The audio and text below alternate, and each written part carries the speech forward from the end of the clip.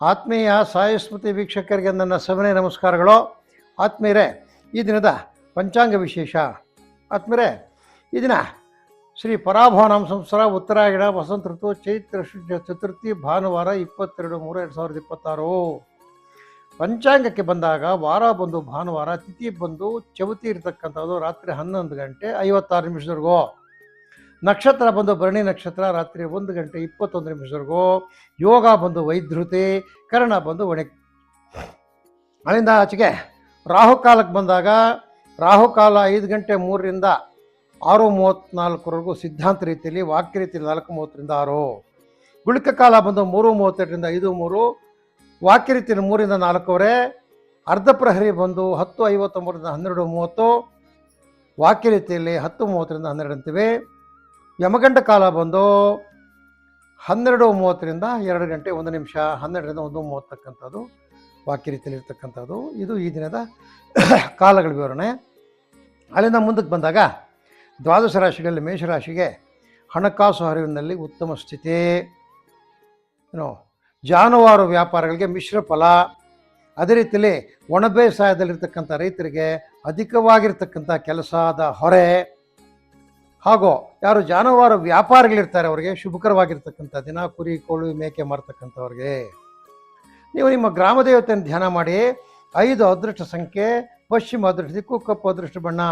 ಅಲ್ಲಿಂದ ವೃಷಭ ರಾಶಿಗೆ ಬಂದಾಗ ಜೀವನದಲ್ಲಿ ಯಶಸ್ಸು, ಉತ್ತಮವಾದ ಒಳಹರಿವು, ಹಣದ್ದು, ಬಂಧು ಮಿತ್ರರ ಭೇಟಿ, ರೇಷ್ಮೆ ಕೃಷಿಕರಿಗೆ ಮತ್ತು ತೋಟಗಾರಿಕೆ ಮಾಡ್ತಕ್ಕಂಥವ್ರಿಗೆ ಲಾಭದಾಯಕವಾಗಿರ್ತಕ್ಕಂಥ ದಿನ. ಹೂವು ಹಣ್ಣು ತರಕಾರಿ ವ್ಯಾಪಾರ ಮಾಡ್ತಕ್ಕಂಥವ್ರಿಗೆ ಒಳ್ಳೆ ಲಾಭದಾಯಕವಾಗಿರ್ತಕ್ಕಂಥ ವ್ಯಾಪಾರ ಆಗ್ತಕ್ಕಂಥದ್ದು. ನೀವು ನಿಮ್ಮ ಕುಲದೇವತೆ ಯಾವುದಿದ್ರೆ ಅದನ್ನು ಧ್ಯಾನ ಮಾಡಿ ಸ್ಮರಿಸಿ.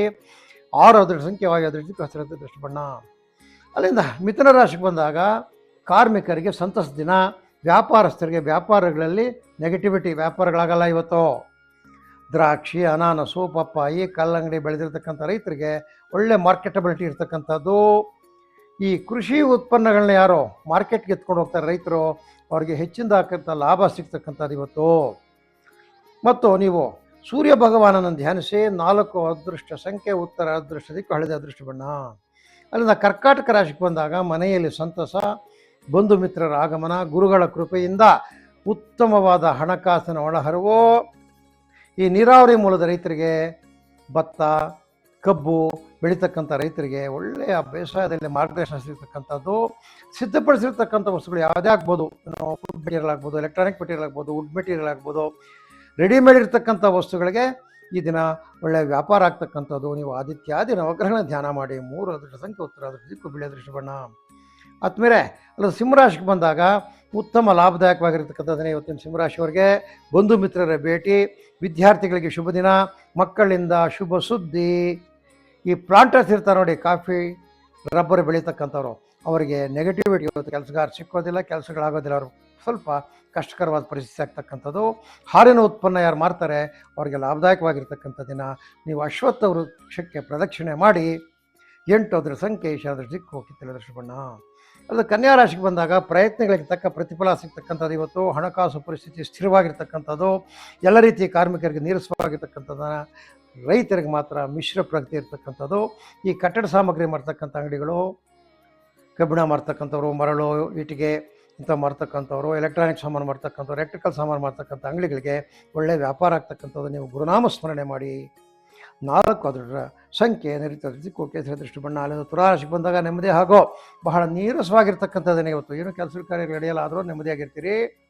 ಏನೋ ಎಲ್ಲ ಕೆಲಸಗಳಿಗೂ ರಜಾ, ಮನೆಯಲ್ಲಿ ಆರಾಮಾಗಿರ್ತಕ್ಕಂಥ ದಿನ. ಕಾರ್ಮಿಕರಿಗೆ ಕೆಲಸದ ಕೊರತೆ, ಕೆಲವು ಕಾರ್ಮಿಕರಿಗೆ ಇವತ್ತು ಕೆಲಸವೇ ಸಿಕ್ಕಲ್ಲ.